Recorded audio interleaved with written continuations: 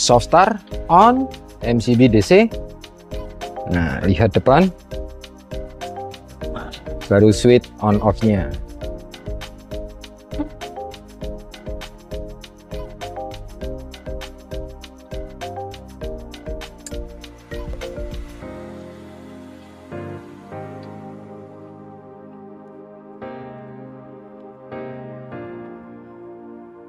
Belum ada load karena masih di handle PLN. Baterai masih aman 86%. Oke.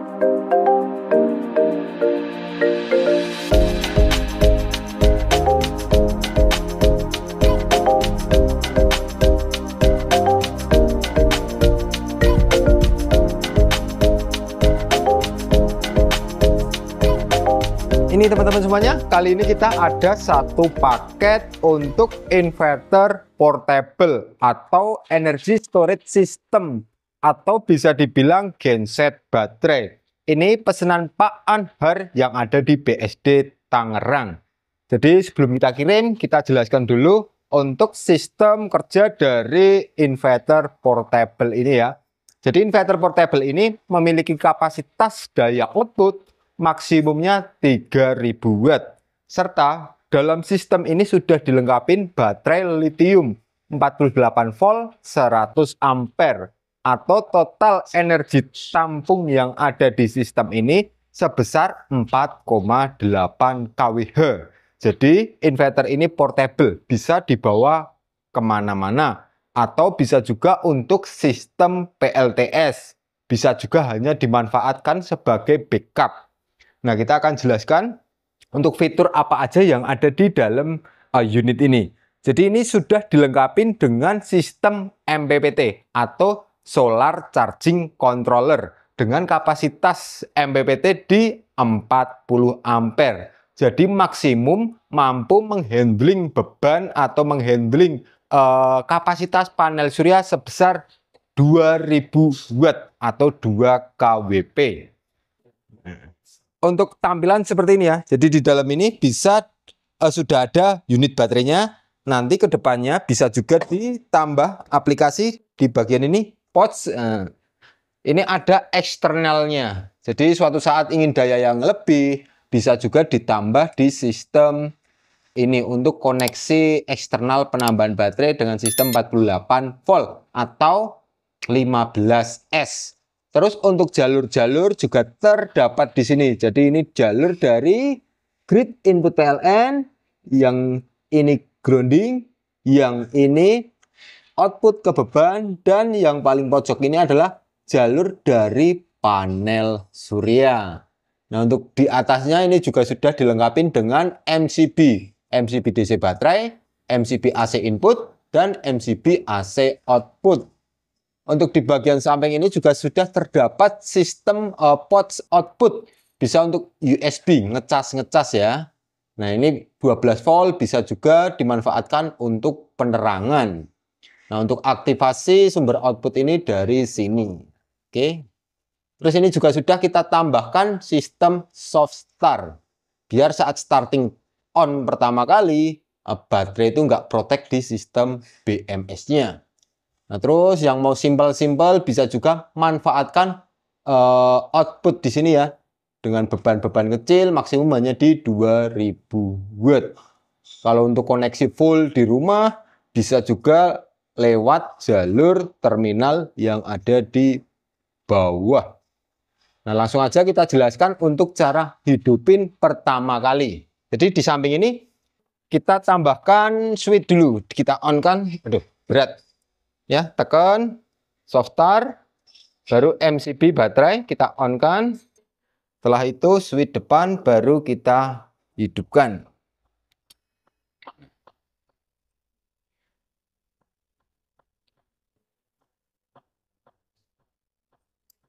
Oke.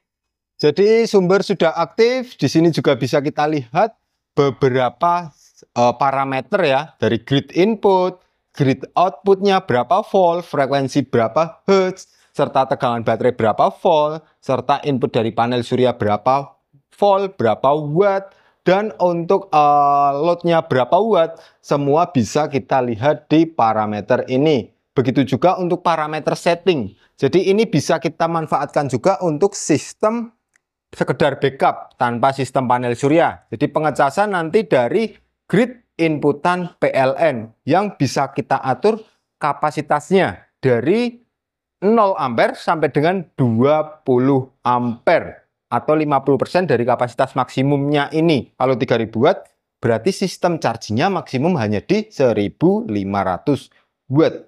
Nah, langsung aja kita coba untuk grid dari panel surya. Jalur panel surya, kita cari obeng dulu.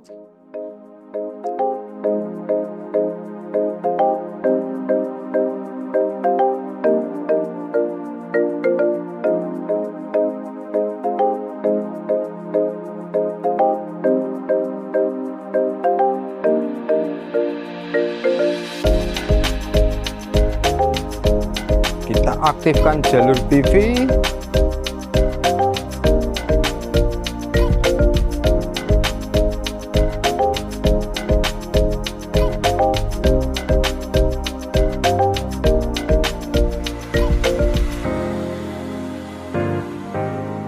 Di sini kita bisa lihat tegangan PV di 75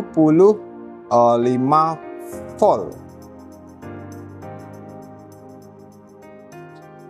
Nah, untuk parameter atau produksi PV kita bisa lihat di sini dengan inputan di 74 volt, arusnya 3,2 ampere atau kisaran ini ya 243 watt. Jadi maksimum PV bisa menghandle dengan kapasitas sampai dengan 2000 watt.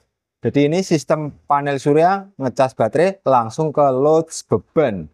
Sini kita bisa lihat juga ini kapasitas MPPT, AC output 220 volt 50 Hz, AC input karena kita belum masukkan grid PLN jadi masih 0 volt. Sistem baterai ini 49,6 volt atau 75%. Loadnya belum ada beban. Ini suhu 38 derajat. Oke, untuk masuk ke pengaturan, nah kita bisa tekan fungsional tahan. Nah ini ya, prioritas kalau kita hanya untuk backup bisa kita arahkan di D1. Tapi kalau untuk sistem PLTS, kita bisa buat di D3. Oke. Nah, untuk A1 C6, nah ini adalah kapasitas charging dari 0 volt sampai dengan 20 ampere. Kita arahkan, kalau sistem PLTS kita matikan nggak masalah. Tapi kalau untuk backup bisa kita arahkan ke C3. Terus untuk yang A2 ini adalah sistem konstan chargingnya ya, voltase ini 52,4. 8 bisa kita atur juga sesuaikan dengan baterai yang digunakan. Terus ini floatingnya 52,8 karena ini baterai di 15S. Terus A4 ini adalah sistem batasan bawah. Jadi saat membackup PLN padam bisa bekerja sampai dengan batasan baterai di 46 volt. Terus A5 ini dia on-nya kembali di 48 volt. Dan A6 ini adalah sistem kembali ke sistem PLTS. Jadi saat tegangan untuk batas bawah, A7 dan baterai terisi oleh panel surya ngecas, tegangan naik sampai dengan 50 volt, maka sistem akan berpindah lagi ke PLTS. Terus yang A7 ini adalah batasan bawah sistem. Jadi kalau PLTS saat tegangan baterai menyentuh 48, nanti akan berpindah ke PLN. Saat keesokan harinya ngecas lagi, nyentuh A6 atau di angka 50 volt, maka sistem akan berpindah lagi ke PLTS. Oke, seperti itu.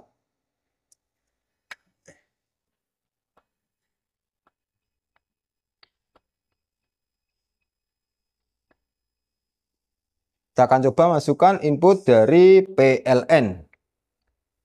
Nah, ini PLN langsung masuk karena tegangan baterai masih di angka 49,6, belum 50 volt. Saat nanti 50 volt, otomatis PLN hanya standby, cut off.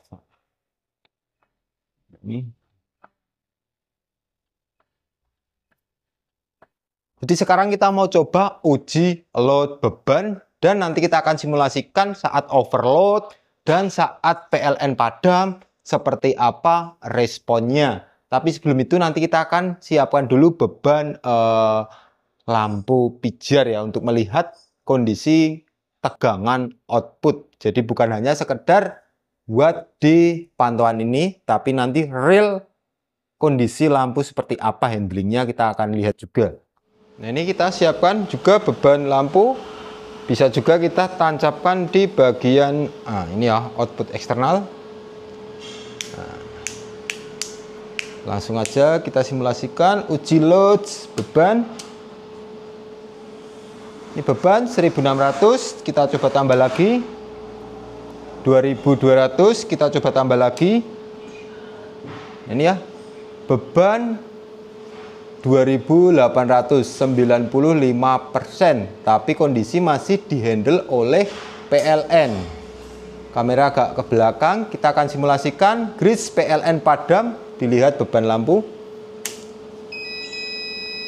Nah, ini sistem langsung dihandle dari baterai, beban langsung 3000 watt. Overload ini teman-teman sampai dengan 106%. Mantap. Jadi kenapa tegangan atau wattnya bisa naik, yang tadinya cuma 2800 tapi bisa sampai 3100? Itu dikarenakan tegangan grid inputan PLN kita buruk tegangannya, di bawah tegangan inverter. PLN-nya kita akan lihat, kita masukkan lagi grid PLN. Ini kita lihat. Ini PLN hanya 217 volt. Sedangkan output dari inverter, kita matikan grid PLN.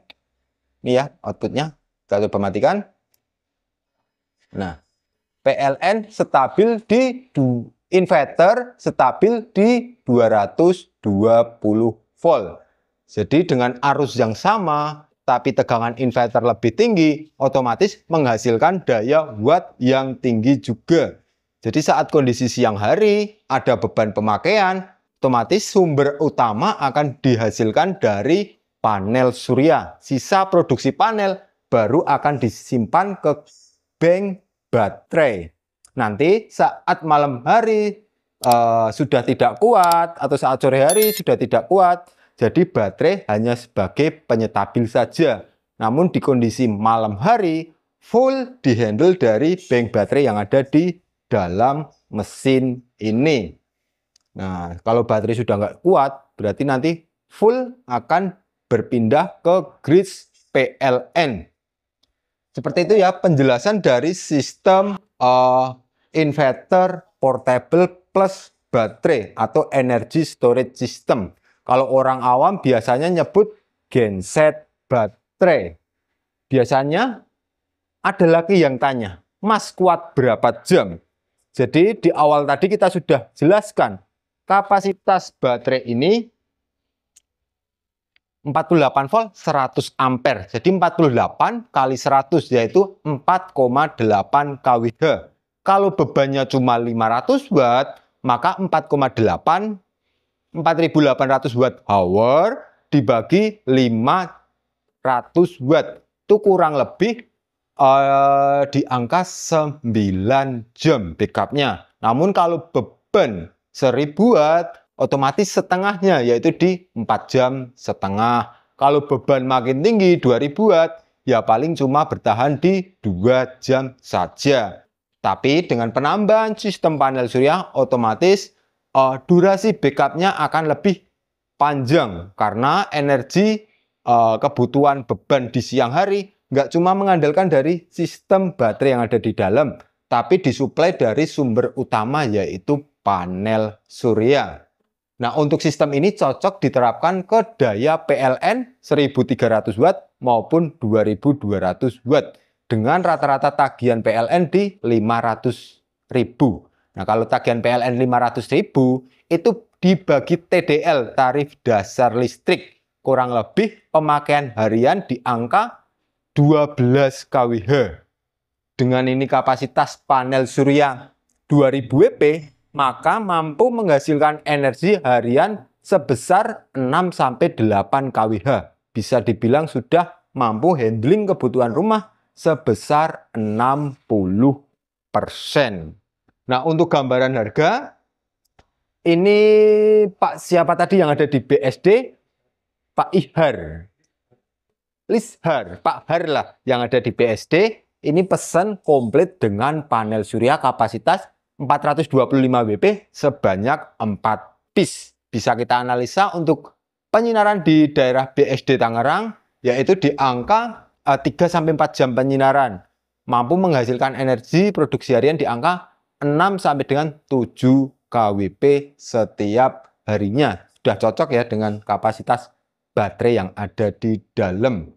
Nah, mungkin ada yang tanya lagi untuk gambaran harga. Jadi ini paket memang paket portable, minimalis, dan terjangkau. Unit ini harganya di bawah 20 jutaan. Buat teman-teman yang ada kebutuhan, bisa sesuaikan dengan sistem kalian, bisa sesuaikan dengan kebutuhan kalian, maupun yang mau nyicil, mau upgrade, bisa juga. Langsung aja konsultasi dengan tim teknis kita ya. Nomornya ada di deskripsi, atau bisa juga kunjungi link Tokopedia kita maupun web kita. Juga ada di deskripsi. Sekian, terima kasih. Salam Astro Jogja.